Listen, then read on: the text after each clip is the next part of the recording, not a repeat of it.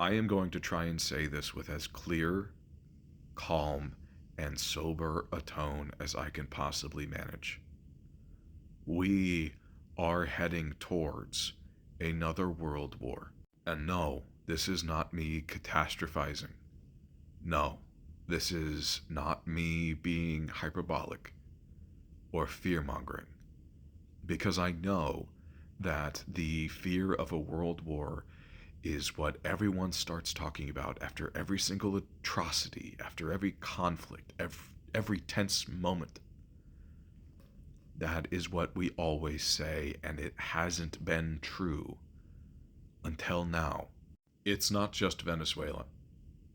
Venezuela alone is a terrifying violation of international law on a scale that risks dismantling the era of peace, relative peace, I should say, that we have endured since the Second World War. But it is not just Venezuela.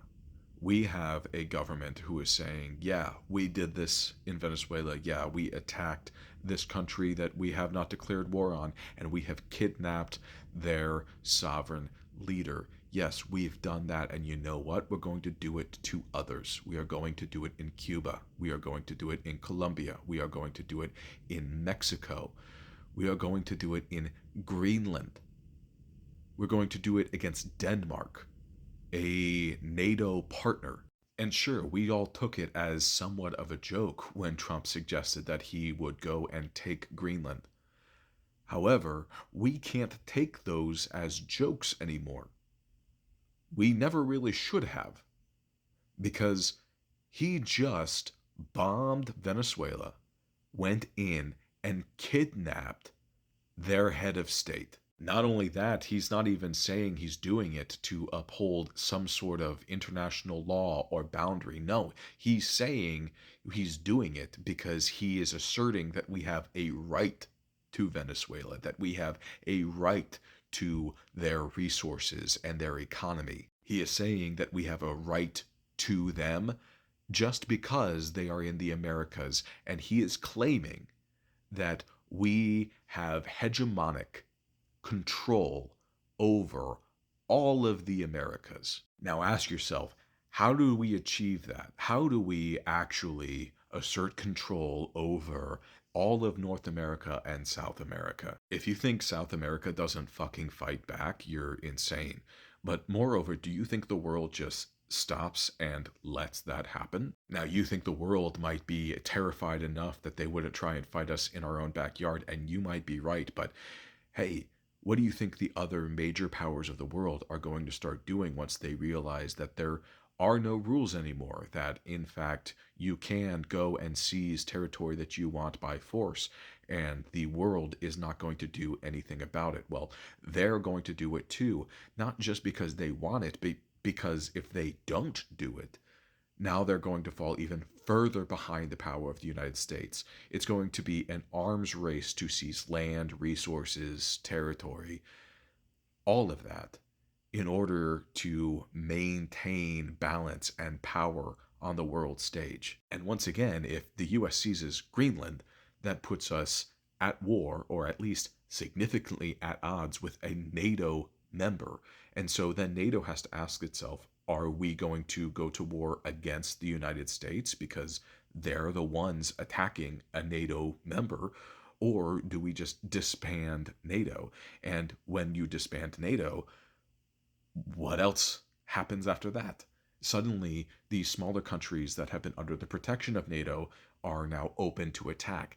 And, vice versa, the more powerful countries in NATO, now they have a vested interest to do the same, to land grab as quickly and as strongly as they possibly can. Once again, in order to survive the world order that the US is defining for us. And again, this isn't fear mongering, this isn't hyperbole, this is playing out what would happen if the leader of our country does the things he says he's going to do after proving that he is willing to go to greater lengths than any president in history.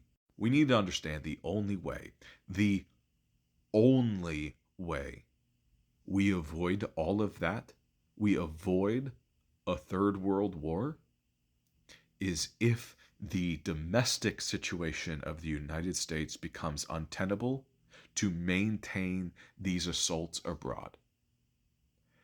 That's the only way. If the U.S. home front remains tranquil, the world goes to war. That's the reality. That's where we are right now. If you are a politician, especially in the federal government, and if you are not using every single ounce of your power to grind this war machine to a halt, you are complicit in the deaths to come. And I know that if you work in the federal government, you are used to people saying you're complicit in deaths, maybe even thousands, hundreds of thousands, millions. But a world war in the modern era is death on a scale we've never seen before. We need to understand that, and we need to understand that now before it comes to pass. I don't care how scary and dangerous you think resistance is now.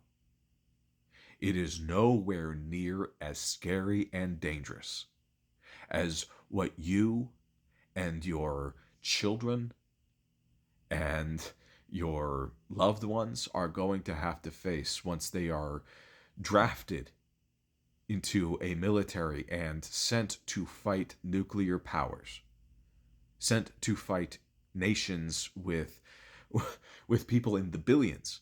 There's no winning a war like that. It doesn't matter if your country achieves its objectives, there is no winning for anyone. It is death, pain, and destruction on a scale never seen before. We must do everything we can to stop that now.